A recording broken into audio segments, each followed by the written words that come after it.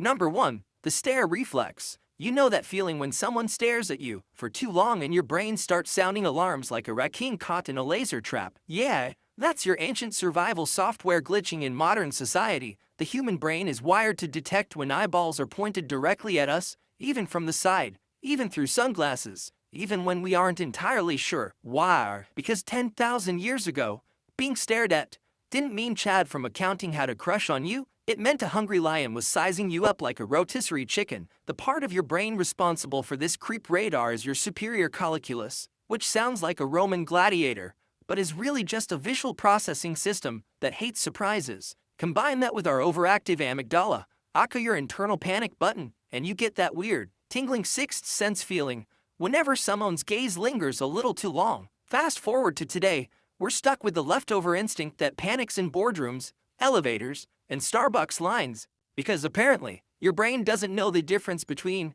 dangerous predator and guy waiting to order a frappuccino. Basically, your caveman software thinks you're constantly being hunted. Spoiler alert, you're not, unless you're on a dating app, then maybe. Number 2. The sound of crunching leaves. Ever wonder why the sound of dry leaves crunching behind you makes your stomach drop like you're in a horror movie trailer? That's your primal instinct reminding you, hey buddy, maybe don't get eaten today. Back in the day, when every bush could hide something with claws and an attitude, our ancestors evolved to be hypersensitive to sudden, irregular noises, especially footsteps, especially not yours. A crunch in the woods was never just a squirrel. It could be a rival tribe, a saber-toothed cat, or worst of all, your in-laws tracking you down for dinner. Today, though, this response is hilariously out of sync. You're walking through a park, you hear some rustling, and your heart rate spikes like you just got challenged to a duel. Nope, just a jogger, or a raccoon, or a squirrel with unusually heavy footsteps. This is your auditory system's fight or flight default setting, designed for a time when flight was sometimes your only option. Now, it mostly just prepares you to sprint away from awkward conversations or rogue skateboarders. So yes, your body still thinks it's in a forest ambush every time someone crunches a Dorito behind you. Charming. Number 3. Fear of the dark. You're not afraid of the dark, right? Just what might be in the dark, behind you, watching, breathing. Don't worry. That irrational fear of the void when you turn off the lights, that's ancient brain magic at work. Our prehistoric ancestors didn't have flashlights, night lights, or motion sensor flood lamps. They had fire, and fire doesn't do much when you're surrounded by things that hunt at night. So our brains evolved to be scared of darkness, not because darkness itself is dangerous, but because it hides danger really well. Fear of the dark is like your brain saying, we can't see the threat, so assume it's everywhere. Logical, right? And let's be honest, every horror movie ever made has used this glitch against us. Darkness plus imagination equals psychological chaos. Thanks, evolution. Today, the scariest thing lurking in the dark might be a coffee table you're about to kick, but your nervous system still acts like you're about to be devoured by a nocturnal doomal. In other words, you're a sophisticated adult with a mortgage, who still sometimes turns on all the hallway lights like you're doing a SWAT sweep, just to get a snack at 2 a.m. Number 4. The startle jump. You ever jump 3 feet into the air because someone sneezed too loud, or a toaster popped, or you dropped your phone slightly faster than expected? Welcome to the evolutionary overreaction known as the startle reflex, a beautifully ridiculous survival instinct that once saved lives and now mostly ruins coffee. This reflex is controlled by your brainstem, which, despite sounding like something from a sci-fi plant monster, is basically your lizard brain panic switch. Back then, it was useful. Sudden noise equals possible threat. Your body needed to do something, even if it was just scream internally and flail. But today, that same ancient twitch response causes you to karate chop your own laptop. When the Slack notification goes bing, it's like your body still thinks it's being attacked by a flying rock instead of an unexpected calendar reminder. The startle reflex is meant to protect your fragile flesh suit from threats that don't give you time to think. It just hasn't been told that your biggest modern enemy is a DoorDash delivery at 11 p.m. Basically, you're a jumpy house of cat with thumbs. Congratulations! Number 5. The I'm being watched feeling. You ever just feel someone staring at you, even when you can't see them? Like your neck gets all tingly and your brain whispers, abort mission. They see you. They know everything. Yeah, that creepy radar. That's vintage caveman tech right there. Back when we lived in tribes and survival required 24/7 paranoia, detecting a gaze could mean the difference between I found a mate and I'm now lunch. Humans evolved this sixth sense spidey sense to notice when predators, or, let's be real, judgmental neighbors had eyes on them. The fun part, your brain is constantly scanning for eye contact even when you're not consciously doing it. The occipital lobe and amygdala team up like ancient gossip detectives,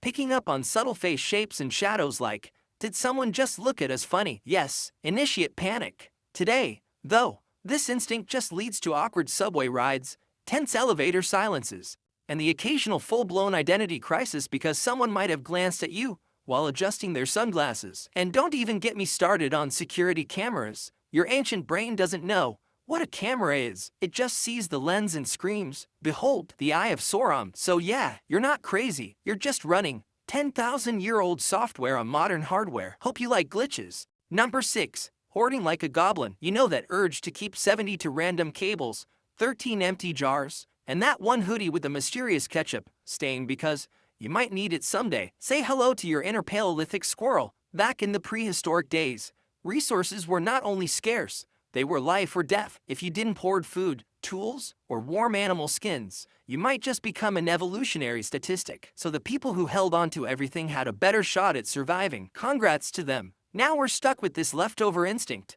that makes you emotionally attached to broken phone chargers. This behavior even shows up in our love for buying stuff we don't need. That 2-for-1 deal on canned peas. You don't even like peas, but your ancient brain saw abundance and went full goblin mode. Mine now, safe later. Modern hoarding is often less about survival and more about emotional comfort, security, control, preparedness for an apocalypse that's probably just going to be running out of printer ink on deadline day. And don't worry, marketers love this. They exploit your primal hoard brain every Black Friday like they're raiding a mental cave full of ancient fears. Basically, you're a 21st century human powered by a prehistoric pack rat with anxiety. Number 7.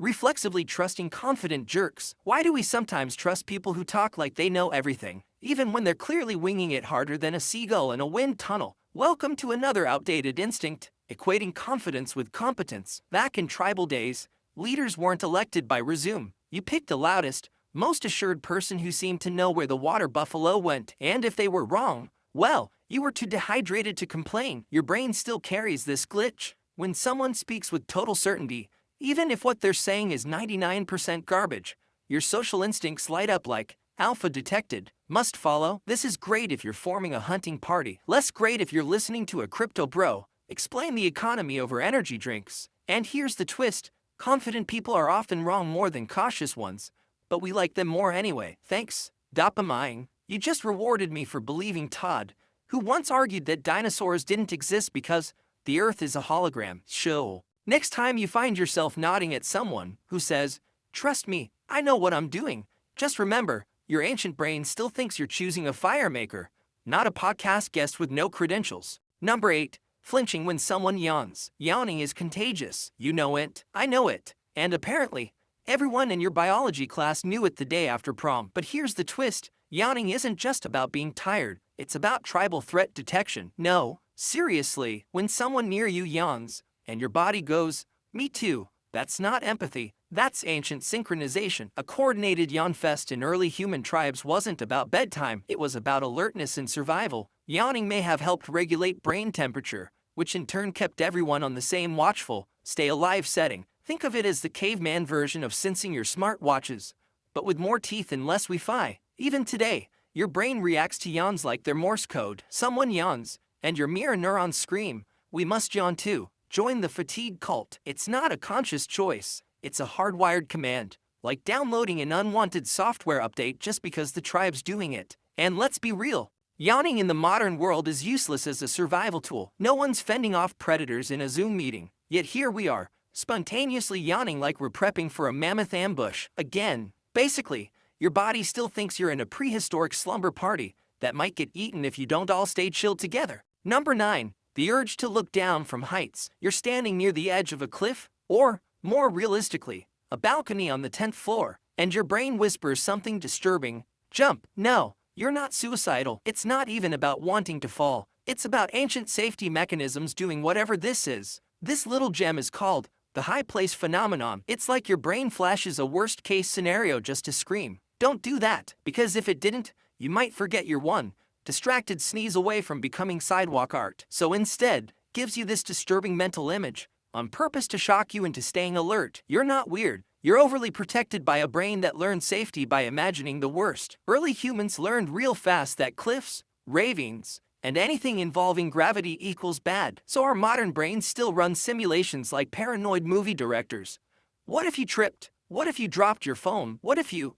Oh God, no. Today, you're less likely to be chased off a cliff by a saber-toothed tiger, and more likely to just get the heebie-jeebies near glass railings. But the instinct's still there. Full volume, no mute button. Basically, your brain shows you the horror movie trailer, just to make sure you don't watch the full film. Helpful in the worst way. Number 10. The sudden need to pee when you're safe. You know that weird thing, where you finally get home after holding it in forever, and the second you touch the dirt knob your bladder throws a tantrum like a toddler who just saw a bouncy castle. That's called latch-T urgency, and it's the biological equivalent of your body going, we're safe now. Time to panic. Back in hunter-gatherer days, relieving yourself in the open was a risky move. Loud, vulnerable, scent-producing, basically a dinner bell for predators. So your brain evolved a neat little trick. Suppress the urge until you're back at the cave, fire lit, tribe nearby, and nothing lurking in the shadows. Hopefully, only then would the biological floodgates open. Flash forward to now. Your safe zone is your bathroom. Your front door is the threshold. So when you get close, boom, full bladder mode activated. It's like your nervous system is yelling, we did it. We survived the parking lot gauntlet. Let it flow. It doesn't matter if you just spent 30 minutes stone-faced in traffic. Your body waited because it still thinks there are wolves behind the bushes, not HOA committees. So yeah, you're not weak, you're just being biologically dramatic. Your ancestors would be proud.